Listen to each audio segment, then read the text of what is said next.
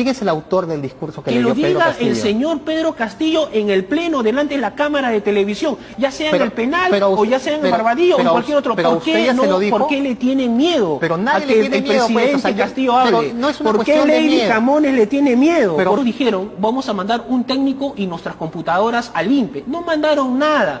Cuando el INPE se conecta, eran 3 notificaciones, 3 conexiones, que tampoco se podía hacer, y no le daban acceso a la cámara. Revelador.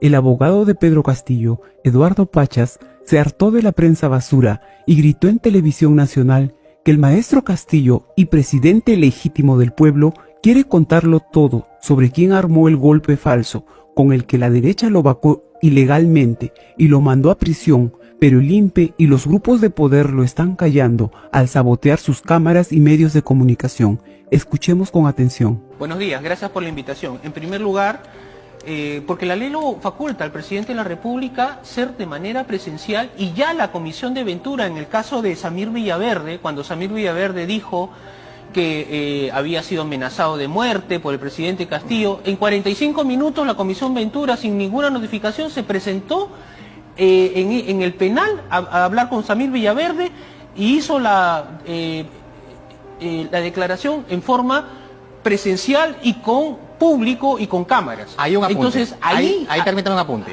Es lo mismo que estamos pidiendo. Exacto, ahí permítame un apunte. Cuando ustedes piden presencial es que la comisión se desplace al penal. La comisión se desplace o que el presidente salga del penal en cualquier momento, pero que sea presencial, que por ley le corresponde, y ya lo ha hecho la Comisión Ventura en el caso Samir Villaverde. Pero ¿cómo sacan del penal al presidente si tiene prisión preventiva por 18 meses? Señor, no hay problema, que la comisión vaya al penal y que le hagan la diligencia con cámaras de televisión, con audiencia, y que sea en público, por un tema muy simple. Primero, porque la ley lo ordena. Según la ley, según la Convención Interamericana, según el derecho a la defensa, tiene que ser presencial.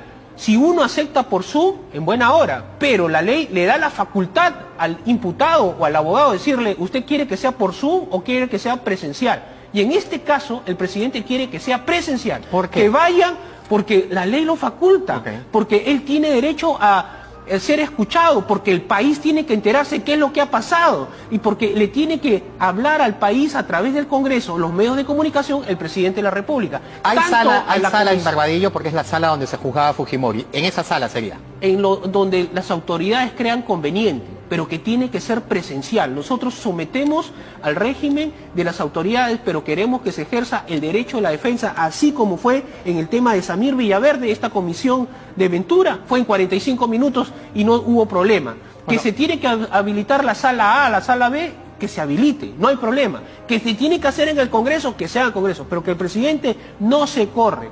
Quiere hablar ante el país y ante el Congreso y ante los medios de comunicación sobre el hecho del 7 de diciembre de frente y en forma presencial y directa con el señor Ventura, con la señora Lady Camones, congresista de la República. ¿Por qué le tienen miedo a que el presidente declare? Pero lo que pasa es que ¿por qué le tienen miedo a no ejercer su derecho a la defensa? Ahí hay un cambio de posición, pues porque Pedro Castillo, el expresidente, ha declarado de manera virtual ante el Poder Judicial. Entonces, ¿qué cambió entre una declaración en los procesos que tiene ante el Poder Judicial frente a las citaciones de la Subcomisión de Acusaciones o la Comisión de Fiscalización? ¿Por qué no seguir la línea que ha tenido hasta el día de hoy? ¿Por qué ese cambio de línea? Primero, porque la ley no faculta. En segundo lugar, porque hay cosas presenciales. Mire usted, cuando el presidente Castillo le preguntan algo fundamental del 7 de diciembre, él dice, yo jamás he renunciado al derecho al antejuicio político o a la acusación constitucional, y nunca he tenido juicio político ni acusación constitucional. Y ayer la señora Lady Camones, por el día del 7 de diciembre y la lectura del discurso del cierre del Congreso, fue a todos los que han declarado le han preguntado, Pedro Castillo, ¿quién le hizo el discurso? Pedro Castillo, ¿qué delito cometió? ¿Usted es abogado? ¿Usted sabía? ¿Por qué no le dijo? ¿Se fue a la embajada? ¿No se fue a la embajada? Y cuando lo llaman a Pedro Castillo, mi cliente, lo llaman y yo le digo a la presidenta, ¿qué condición tiene Pedro Castillo? ¿Testigo o imputado? No, usted no sabe leer. Sí, sé leer, le dije, acá está la resolución, sí, la leo. ¿Qué dice ahí? Testigo, ya. Muy bien, si es testigo, porque sí sé leer, pero también sé escuchar. ¿Por qué le han preguntado al señor Aníbal Torres si el presidente Castillo en ese momento cometió delito? si qué delito cometió, está en el Código Penal, Porque ¿qué había? porque eso Entonces, usted es abogado y pero- sabe bien que eso es una estrategia de quien está a cargo del interrogatorio, porque trata de obtener información de diferentes participantes. No se olvide usted que ese 7 de diciembre hubo varios participantes en el autogolpe de Pedro Castillo. Entonces, es una estrategia. Por eso les hacen preguntas a todos los participantes, a Huerta, a Bobbio, a Sánchez, a Torres, a todos. mire, si estamos en un Estado de Derecho, donde la ley, tanto usted como yo o el Congreso o cualquier otra persona tiene que someterse a la ley, sometámonos a la ley. Un imputado tiene derechos y su nivel jurídico y procesal es muy diferente a un testigo. Y eso es uno. Dos, otro aspecto fundamental. Si estamos en un Estado de Derecho, y creo yo, porque soy abogado y te respondo como abogado, si le van a hacer el antejuicio político ahora, que lo saquen en libertad al señor Pedro Castillo y que la Corte Suprema declare fundada la cuestión previa que no ha habido antejuicio político y recién le están haciendo Pero con ya la señora Lady la Camones. cuestión previa ya se la declararon infundada en primera instancia. En primera instancia, señor, y vea usted el argumento. ¿Qué han puesto de argumento? Que el artículo 89 del Congreso habla del delito clandestino y el delito en flagrancia. Yo leo el artículo 89 y leo el artículo 100 de la Constitución, que son 4 párrafos, en ningún lado dice eso. Pues por favor, no. Y acá ahora la señora Lady Camones, con fecha de ayer, recién le dice, señor Pedro Castillo, usted le estamos haciendo el antejuicio, pero lo tapamos, lo maquillamos y lo ponemos como testigo del hecho. Bueno, pero Entonces, pero que nos pongan las cosas claras en el nivel procesal. Esa es la penal. interpretación de usted como abogado. Vamos No, paso a paso. eso es lo que dice la ley. Lo Y invito- para lo que dice la ley hay que saber leer. Yo le invito a usted que lea el artículo 100 de la Constitución, que tiene 4 párrafos. En ningún lado habla del delito clandestino y en el delito en flagrancia. Le invito a que lea el artículo 89 del reglamento, que son más de 2 hojas, no son. No dice nada del delito en flagrancia. Eso dice la ley. Y eso, cualquiera que quiera interpretar la ley, leamos el artículo y Bien. partamos de ahí, porque cualquiera sabe leer. Entonces, no nos vengan a decir que el Poder Judicial lo dijo, que acá vamos a hablar lo que dice Pero a ver, el marco jurídico. A ver, yo estoy aquí en el artículo 100. El acusado tiene derecho en este trámite a la defensa por sí mismo y con asistencia de abogados de la Comisión Permanente y ante el Pleno del Congreso. El 7 de diciembre, mientras estaban en el procedimiento, Pedro Castillo estaba intentando fugar.